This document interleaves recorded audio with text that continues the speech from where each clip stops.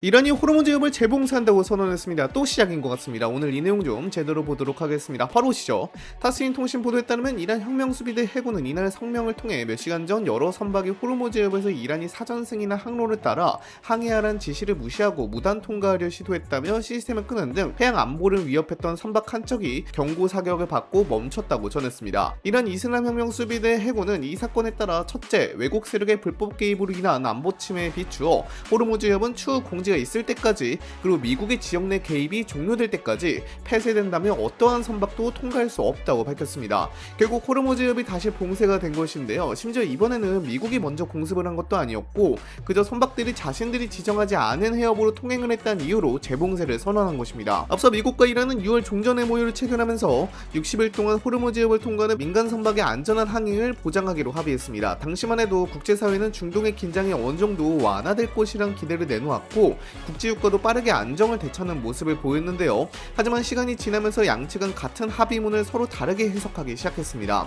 미국은 모든 상선이 기존 국제항로를 자유롭게 이용할 수 있어야 한다는 입장을 유지한 반면 이란은 자국이 승인한 항로를 이용하는 선박에 대해서만 안전을 보장할 수 있다는 해석을 내세웠습니다. 다시 말해 해협은 열려있지만 통항 방식은 자신들이 정하겠다는 의미였던 겁니다. 이란은 이러한 입장을 여러 차례 공개적으로 밝히며 사전 승인 없이 지정 항로를 벗어나 항해하는 선박은 안전을 보장할 수 없다고 거듭 경고했습니다. 이는 국제 해운업계와 원유 운송기업들에게 상당한 부담으로 작용했고 항로 선택 자체가 정치적 판단이 되어버리는 상황으로 이어졌습니다.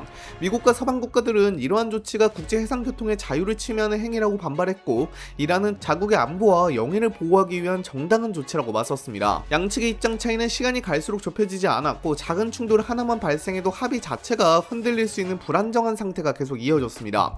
그렇게 긴장이 누적되던 가운데 실제 해협에서 항로를 둘러싼 충돌이 발생했고 이란은 이를 명분으로 더욱 강경한 대응에 나서면서 호르무즈협 봉쇄라는 초강수를 꺼내들게 된 겁니다. 호르무즈협 봉쇄 이전에 이란은 호르무즈협을 통행하는 선박을 공격하기로 했습니다. 미 중부사령부에서는 동부시간 기준으로 오후 7시 15분경에 이란 혁명수비대가 호르무즈협을 통과하던 키프루스 선적에 컨테이너선을 노골적으로 공격했다고 밝혔습니다. 중부사령부는 이란 측의 공격으로 해당 선박의 민간 선원 한 명이 실종된 상태이며 선내 화재가 발생하고 엔진실이 심각하게 손상돼 항해할 수 없는 상태라고 밝혔습니다. 중부사령부는 이어 이란은 이전 상선 공격에 대한 책임을 져야 했던 상황에서 다시 한번 MOU 준수 기회를 얻었지만 이를 다시 저버렸다고 강조했죠. 호르무즈협을 통과하는 상선들이 잇따라 공격을 받는 상황이 이어지고 이란이 해협 봉쇄까지 공식 선언하자 미국은 더 이상 상황을 지켜볼 수 없다고 판단했습니다. 미군 중부사령부는 호르무즈협을 항해하던 민간 상선이 다시 공격을 받아 선원 실종과 선박 피해가 발생한 점을 언급하며 이란에 대한 추가 공습을 개시했다고 밝혔는데요.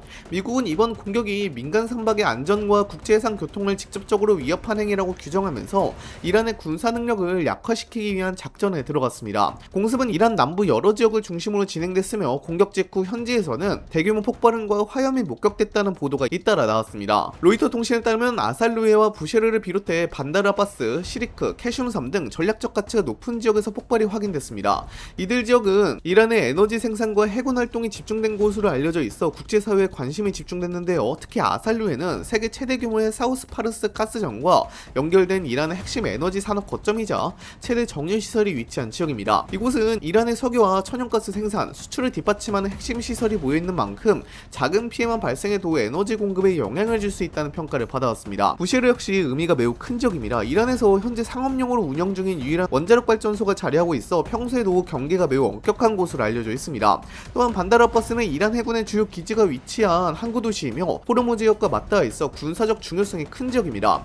이러한 전략 거점들에서 동시에 폭발이 보고되면서 미국의 이번 공습이 이란의 군사시설과 에너지 기반을 함께 압박하려는 성격을 띠고 있다는 분석도 이어지고 있습니다. 그리고 이전에 트럼프 대통령도 휴전 종료를 공식화한 바가 있기도 합니다. 트럼프 대통령은 자신의 소셜미디어인 트루스 소셜에 이란 이슬람 공화국이 우리에게 대화를 계속해달라고 요청했다며 우리는 이에 동의했으나 미국은 이란 측의 휴전이 종료됐다고 단호하게 밝혔다고 적기도 했죠. 한편 이란도 미국의 공습에 맞서 즉각적인 보복에 나섰습니다. 이번 공격도 마찬가지로 중동 전역에 배치된 미군 기지를 겨냥하는 방식으로 이루어졌는데요. 공격이 보고된 국가는 쿠웨이트와 바레인, 아랍에미리트, 요르단 등 모두 미국이 오랫동안 군사 거점을 운영해온 국가들이었습니다. 이들 지역에는 미 공군과 해군, 방공부대, 군수지원 시설 등이 집중적으로 배치돼 있어 중동 작전을 수행하는 핵심 거점으로 평가받고 있습니다. 이란은 이러한 기지들을 타격 대상으로 삼으면서 미국이 군사행동을 이어갈 경우 중동 전역의 미군 시설도 더 이상 안전지대가 아니란 점을 분명히 하려는 모습을 보였습니다. 공격이 시작되자 각국의 방공망은 즉시 가동됐고 여러 지역에서는 요격 미사일이 발사되거나 공습 경보가 울렸다는 현지 보도도 이어졌습니다.